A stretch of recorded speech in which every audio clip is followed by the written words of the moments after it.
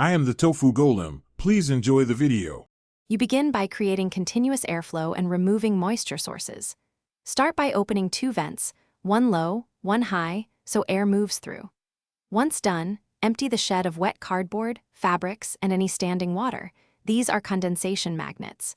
Turn on a dehumidifier set to about 50% relative humidity and run a fan for at least 24 hours.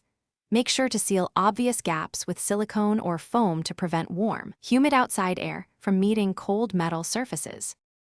Now you tackle surface temperatures and moisture movement.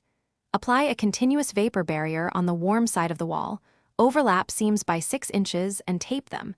This stops moisture migrating into insulation. Next, install 1 to 2 inch rigid insulation or foil-backed bats to raise the interior metal temperature and reduce dew point risk.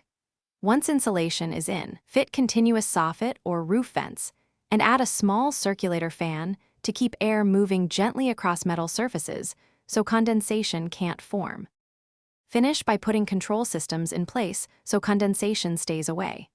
Install a hygrometer so you can monitor humidity and set the dehumidifier to maintain about 40 to 50% relative humidity.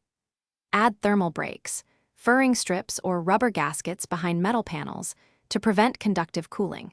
If you still see moisture, use a small thermostatically controlled heater to raise metal above the dew point during cold nights. If condensation persists, check for hidden leaks, inadequate vapor sealing, or continuous sources of humidity like stored wet items.